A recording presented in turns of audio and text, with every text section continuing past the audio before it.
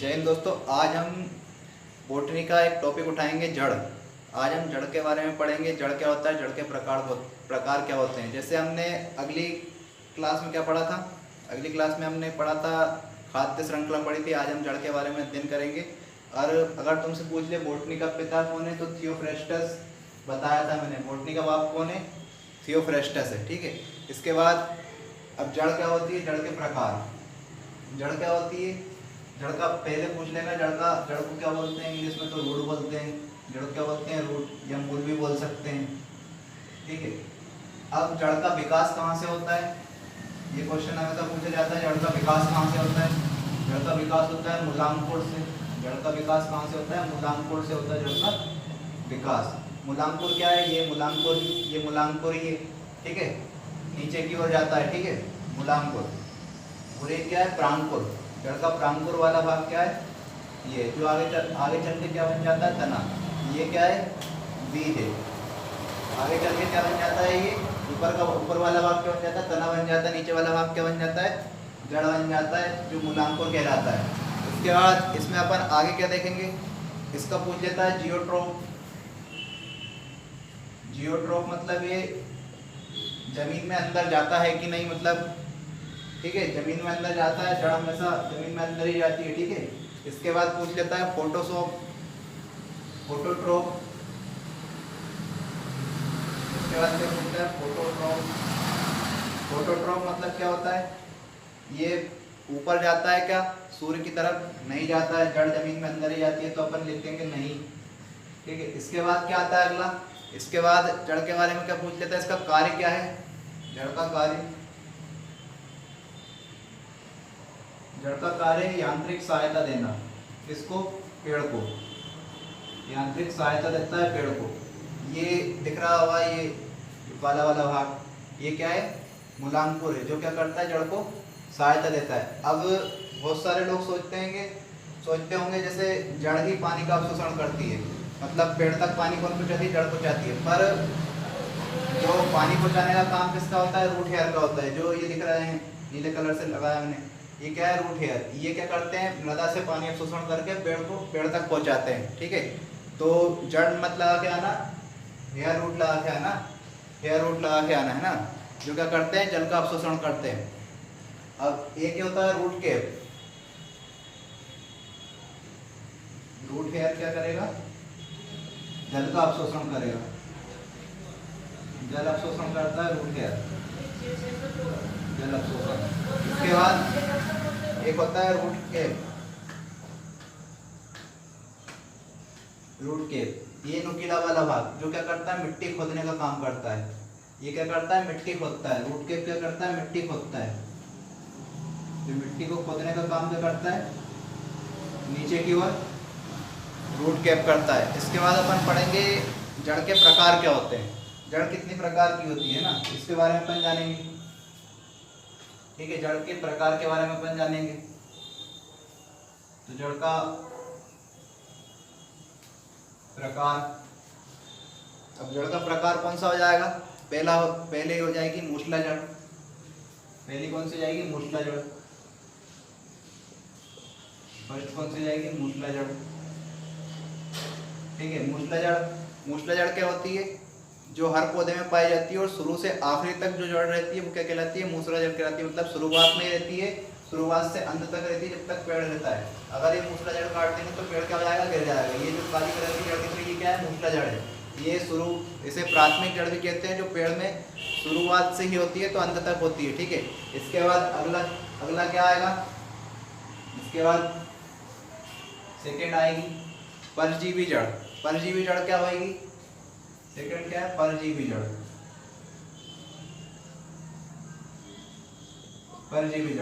परजीवी जड़ में क्या होता है, जो दूसरे पौधे पर आश्रित रहता है। जो दूसरे पौधे पर आश्रित कैसे रहता है, दूसरे पौधे से अपना खाना वगैरह लेता है। उसी का मतलब जो दूसरा पौधा पानी अवशोषण करता है, उसी का पानी लेता है, उसी का खाना लेता है, उसे क्या कहते हैं, जो दूसरे पौधे पर आश्रित है उसे क्या कहते हैं, परजीवी जड़। जैसे हमने बचपन में अमरवेल देखी होगी, किसी पौधे पर अमरवेल, जो क्या करती है, दूसरे से भोजन प्राप्त करती है। ठीक है, अमरवेल इसका उदाहरण है परजीवी जड़ का। इसके बाद क्या आता है, अधिपाद जड़। इसके बाद आती है अधिपाद जड़। इसके बाद क्या आती है? अधिपाद जड़। अधिपाद जड़, अधिपाद जड़ क्या होती है? अधिपाद जड़ वो जड़ होती है जो दूसरे पौधे पर तो होती है पर उससे खाना या पानी वगैरह नहीं लेती है। ऐसी जड़ जो दूसरे पौधे पर तो होती है, ऐसी जड़ जो दूसरे पौधे पर होती है मगर उससे खाना नहीं लेती, खाना पानी नहीं लेती, खाना पानी नहीं लेती। ये क्या कहलाती है? अधिपाद जड़ कहलाती है। जैसे आपने देखा होगा एक पौधे के ऊपर दूसरा पौधा उग जाता है, तो कुछ पौधे जैसे आर्वेट का पौधा होता है, एक उदाहरण है आर्वेट का पौधा। आर्वेट का पौधा ये अगर किसी पौधे पर, पेड़ पर उग गया है तो ये क्या करेगा? हवा से नमी ले लेता है, उससे अपना भोजन बना लेता है। ये क्या करता है? हवा से नमी लेके अपना भोजन बना लेता है। हवा से क्या करता है? नमी लेता है, नमी लेता है और अपना भोजन बना लेता है, भोजन बना लेता है, अपना भोजन बना लेता है। इसे क्या कहेंगे? अधिपाद जड़ कहेंगे। जो दूसरे पौधे पर तो है पर उस पर निर्भर नहीं है, ठीक है, उसे क्या कहेंगे? अधिपाद जड़ कहेंगे। अब अगली आती है आरोही जड़।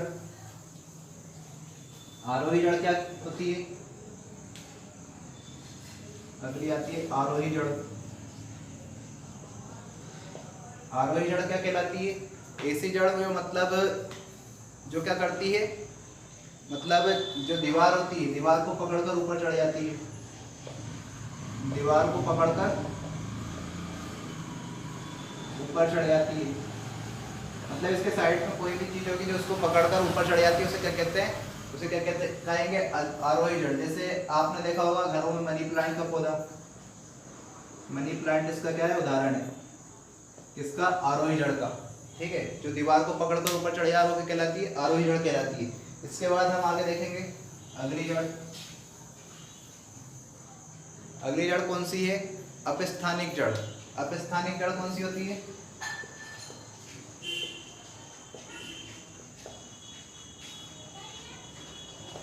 अपस्थानिक जड़ क्या होती है? सबसे महत्वपूर्ण जड़ है। इसके बारे इससे एग्जाम में क्वेश्चन पूछे जाते हैं, जो भूमि के, या इसको अपन लिख सकते हैं भूमि के ऊपर, भूमि के ऊपर भी लिख सकते हैं अपन इसको, भूमि के ऊपर पाई जाती है, ठीक है। अब ये कितने प्रकार की होती है? दो प्रकार की होती है, स्तंभ मूल और अपस्तंभ मूल। ये कितने प्रकार की होती है? दो प्रकार की होती है, स्तंभ मूल, स्तंभ जड़, या अपस्तंभ जड़, अपस्तंभ जड़ या मूल, कुछ भी ले सकते हैं अपन, ठीक है। ये क्या करती है? 90 डिग्री पर रहती है। ये क्या करती है? 90 डिग्री पर रहती है। जैसे आपने बरगद और पीपल का पेड़ देखा होगा, बरगद पीपल में ऊपर की साइड से जड़ें लटकती है, क्या करती है? पेड़ का बैलेंस बनाने के लिए रहती है ना, बैलेंस बनाने के लिए स्तंभ जड़ कहते हैं इसे ना। ये किस में आएगी? अपस्थानिक जड़ में आएगी। और अपस्तंभ जड़ क्या कहलाएगी? अपस्तंभ जड़ क्या कहलाएगी? जैसे आपने देखा होगा गन्ना, गन्ना, मक्का, इसके पौधे में क्या रहता है? जैसे इस प्रकार से रहता है गन्ना, इसमें साइड से भी इस टाइप से, जैसे गन्ना इसमें साइड से इसको सहायता देने के लिए क्या होती है? जड़ होती है गन्ने के पौधे में भी, ठीक है। तो गन्ने और मक्का में क्या होती है? जो मक्का पे जब भुट्टा जाता है, ठीक है, ये मकोई बोलते हैं उसे, जब आ जाता है तो क्या करता है? उसका बैलेंस नहीं बनता, तो इसमें साइड से क्या निकल जाती है? जड़ें निकल जाती है। इसे क्या कहते हैं? अपस्तंभ जड़ कहते हैं, ठीक है, जो पेड़ को क्या करती है? सहायता देती है। तो ये दो प्रकार की होती है, एक 90 डिग्री में होती है और एक क्या होती है? किसी साइड से निकलती है ना, ठीक है। तो इसे मतलब हम क्या करेंगे? अगर क्वेश्चन पूछ लेता है अपने से, जैसे पूछ लेता आलू क्या है, अब आलू क्या है? तना है, आलू तना है। अब जड़ में कौन कौन आ जाएगा? जड़ में सलजम, जैसे ये लाल हो जाता है जिसको चुकंदर बोलते हैं, ठीक है। और क्या कहलाता है? इसके बाद गाजर, मूली, गाजर, मूली, इसके बाद शकरकंद, ये सब क्या है? जड़ है, जड़, अब तुमको याद करने का तरीका क्या है, जैसे जो ऐसी निकले जमीन में वो क्या कहलाती है, जड़। गाजर देखी होगी तुमने, ऐसी रहती है, मूली भी ऐसी रहती है, शकरकंद भी ऐसा रहता है, सलजम भी ऐसे रहता है, ठीक है। ठीक है, इसमें भी नोक होती है, इसमें इस टाइप से नोक हो तो क्या कहलाएगा, जड़ कहलाएगा।